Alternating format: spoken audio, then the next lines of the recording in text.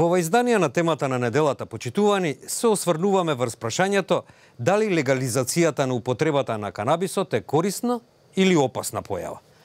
Канада го легализира канабисот за рекреативни цели.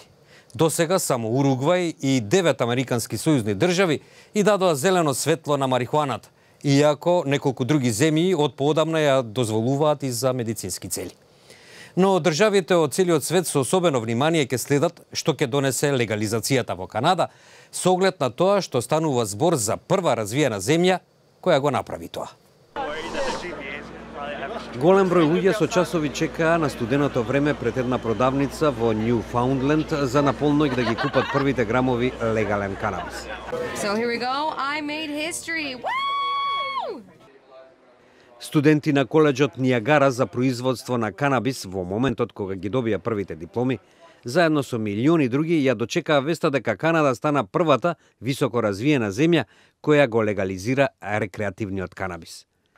Неговата достапност ќе биде предпазливо следена и регулирана, почнувајќи од ограничен број на продавници и производи и строга контрола врз снабдувањето. Тоа е огромна пресвртница и представува исполнување на ветувањето на либералната влада на премиерот Џастин Трудо. Не пијам кафе, немам намера да користам марихуана, рече Трудо, кој призна дека во младоста користел марихуана. Според новите регулативи, канаѓаните на возраст од најмалку 18 или 19 години ќе можат да купат до 30 грама канабис и да одгледуваат до 4 растенија дома. Се проценува дека со ваквиот потек ќе бидат пренасочени милијарди долари од нелегалната продажба и организираниот криминал назад во владината каса. Up until today, the market for cannabis was entirely controlled by organized crime in its production and its distribution. Едно од прашањето кое може да се појави и тоа како Канада ќе се справи со туристите, посебно оние од Соединетите држави, каде што се уште има федерална забрана за продажба и користење на канабисот. Затоа на меѓународниот аеродром во Отава љубезно се потсетуваат патниците дека она што го пушат во Канада, останува во Канада. Откако ова земја стана втората нација во светот, по Уругвај, од пред 5 години, која легализира марихуаната за рекреативна употреба, шефот на Светската здравствена организација Тедрос Адханом Габриес оцени дека земјите треба да размислат пред и тие да го сторат тоа. Тој сепак додаде дека оваа организација ја поддржува достапноста на марихуаната поради медицински причини. I think any addictive what do you call it, whether it's drug or substance, is not good for human health, and we wouldn't encourage countries to follow those who are actually, giving what do you call it, legalizing it. Тедрос вели дека слично на алкохолот и тутунот, марихуаната треба да се контролира поради ризикот што го представува надвор од медицинските услови. Како и да е, новата индустрија привлече финансии од милијарди долари, како и интересот на големите производители на алкохол и безалкохолни пијалаци за производи со канабис. Во Македонија пак копјата се кршат околу поимите коноп, кој е за индустријска употреба, и канабис, кој се користи за медицински цели.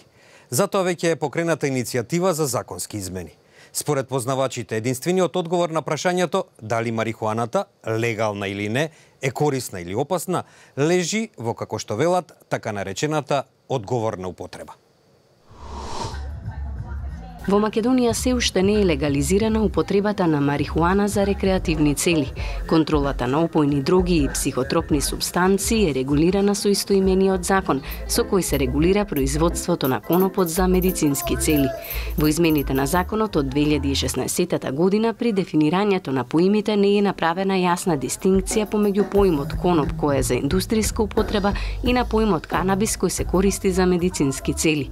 Активистите од невладината организација Зелена алтернатива ја поздравуваат иницијативата за нови законски измени кои се во подготовка, бидејќи според нив стариот закон не бил добар и фаворизирал одредени компании. Заради тоа што имаше некои небулози кои сега мислам дека се менуваат со нови верзии на законот, морам да кажам еден пример за тие небулози. Например, според нашиот закон беше дозволено да се извезува екстракт, што е концентрирана форма на канабисот, а не самиот канабис кој беше беше образложено дека тој може да се злоупотреби, значи тоа е нонсенс.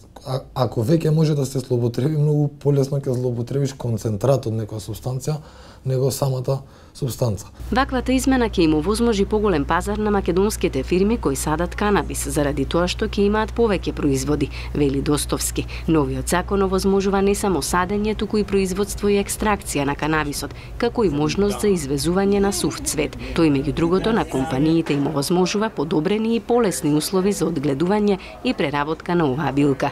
Но докаде е границата кога употребата на канабисот преминува од корисна во опасна? Достовски вели дека одговорната употреба е клучна и дека токму во одговорот на ова прашање заглавило прашањето за легализација на оваа билка. Нема начин на кој државата некоја возрастна единка ќе ја удри по рака, нели ќе каже до тука ти е доста или до тука не ти е. Тоа се на секој свет се нарекува одговорна употреба и оставено на самата единка. Актуелниот закон не прави разлика меѓу консумент и дилер, велат познавачите, а според дел од младите потребна е полиберална политика во делот на предвидените казни. Сметаме дека нема потреба за една ризла или две да ги апсат луѓето да лежат затвор, исто како за препродажба и пуштање во употреба на канабис. Сметам дека е потребно да се декриминализира целосно и по можност државата дури да го субвенционира неговото производство. Зашто би било криминално дело тоа кога е билка и не прави ништо лошо, има пострашни работи што треба да се казнуваат, не и ова. Активистите објаснуваат дека декриминализација на канабис за лична употреба подразбира состојба на неказнивост на уживателот на канабис, доколку секако не се работи за продажба. Тоа пак значи дека поседот или консумацијата, особено на јавно место, повторно се нелегални, но или не се санкционирани со казна затвор, или се на ранг на прекршок, а не се кривично дело. Нашите Facebook, Twitter и YouTube се отворени за вашите мислења во врска со тоа дали канабисот треба да биде легализиран за така наречени рекреативни цели. До гледање.